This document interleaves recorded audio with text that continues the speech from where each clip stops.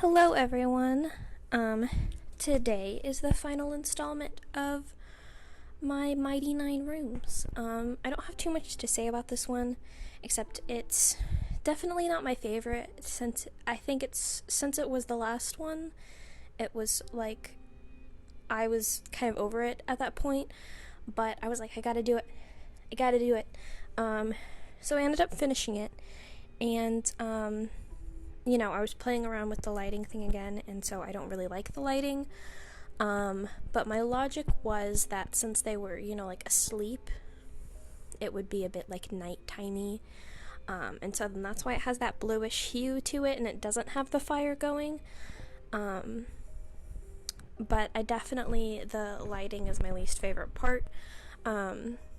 Since, as my recent ones have shown, I'm definitely more into like the glowy, sunsetty, ambient lighting. And then this sort of really solidified that, since I tried to do something different and I really didn't like it. But the overall composition and things in the room, and like the fact that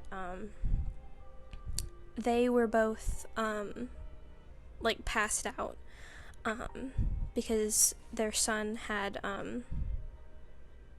just run them around in circles, and you can see the arrows sticking out of the wall, and all the toys all over the floor.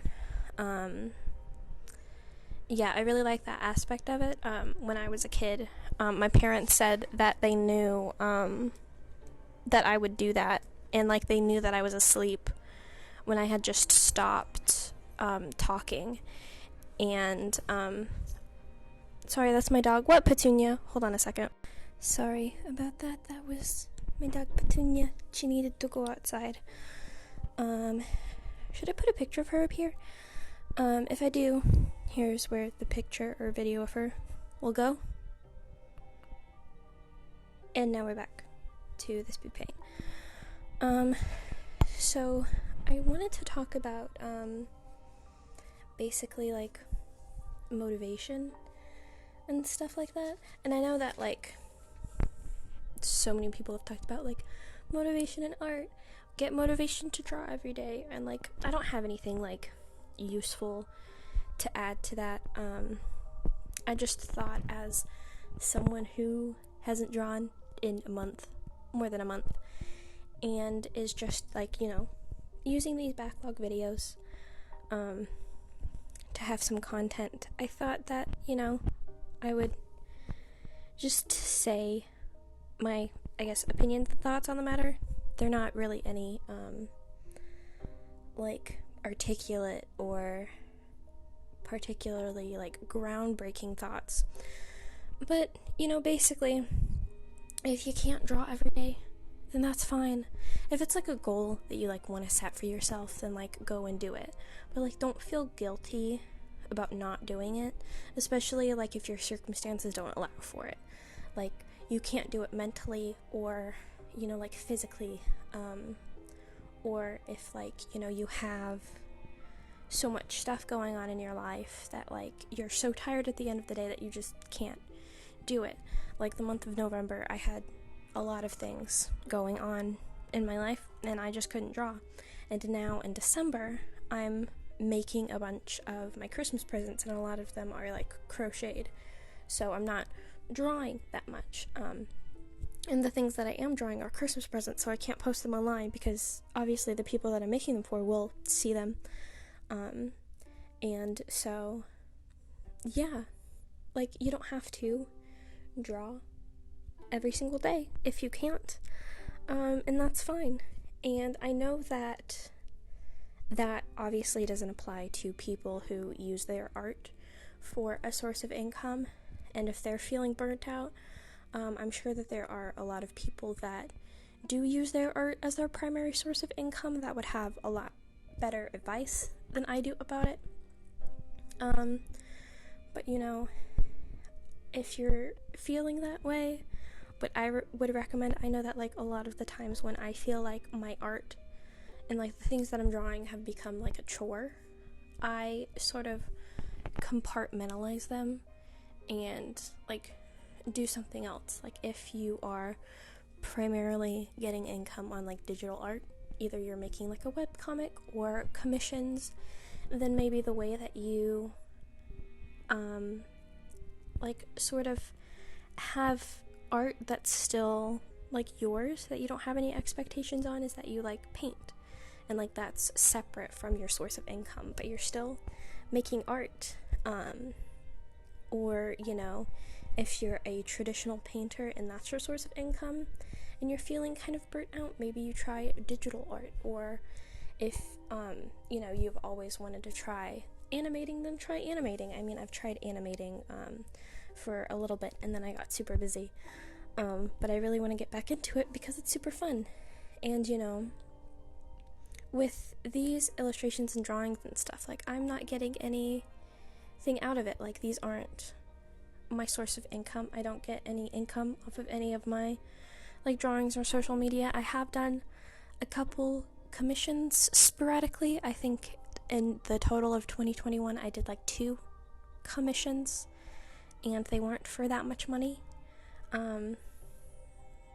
And so yeah, if I feel like the art that I'm making has become a chore and an obligation that I have to fulfill, and I don't want to do it, then sometimes you just gotta like step back and try something new, or, you know, just take a break. Because if you feel like it's a job that you're doing, sometimes you have to have a vacation, you know?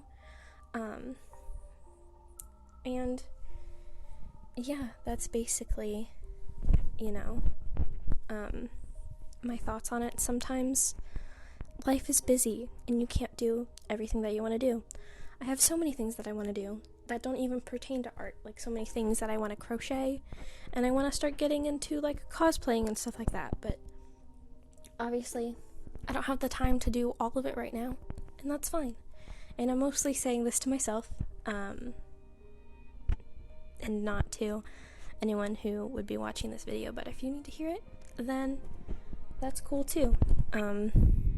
But yeah, try your best not to feel guilty about not being productive and not doing the things you think you're supposed to be doing. You know, like, I have a full-time job that I do, and this isn't it.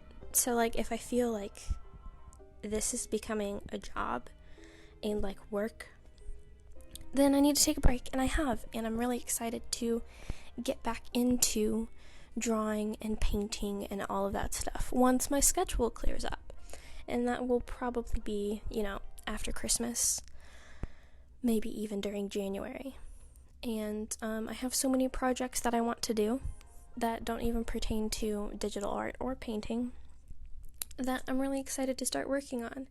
And I'm thinking of cataloging. What's the word? It wouldn't be like vlogging. I have no idea how to do that. But documenting, maybe, the process for like the projects that I want to do. So, you know, if you want to see me do things that aren't exactly digital art, then let me know. If you're watching this, anyone out there in the future, yeah, so this is the end of the Mighty 9 Rooms, which is, you know, exciting. And then after this, I start doing a bunch of campaign Skyjacks fan art. You know, go listen to Campaign and Campaign Skyjacks and the One Shot podcast and the other things that the One Shot podcast network has. They also have a Patreon. I'm not done with Campaign Star Wars, so I haven't subscribed to their Patreon yet, but once I do, oh boy, I will be even more insufferable than I am now, with all of the Skyjacks nonsense that I will do once I learn how to animate. One Shot podcast, James D'Amato, if you're listening to this, once I learn how to animate, I will be the most unsufferable person that you have ever met in your entire life. I will it'll all be Skyjacks all the time. At least animation wise. Painting wise, I want to do some more original paintings, since mostly this year I've done fan art. I do want to take a break from fan art, but also I have so many things that I want to make for fan art. See, this is the thing. You have so many projects and so little time, but I do have time, you know? I have, I guess, the rest of my life. I don't know how long that's going to be. That got dark really quick. But, you know, I don't have to make everything all at once. And this is where I get really bogged down on, like, the lighting and stuff like that, and I'm trying to figure out how to do that. I'm back on the Speedpaint. This is where the, like, lighting and stuff starts confusing me, and, like, I start trying to do something new and different, and it doesn't quite work out.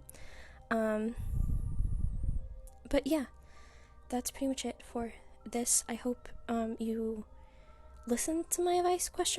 I'm not sure if it's any good, but anyway, I hope you have a wonderful day. Goodbye.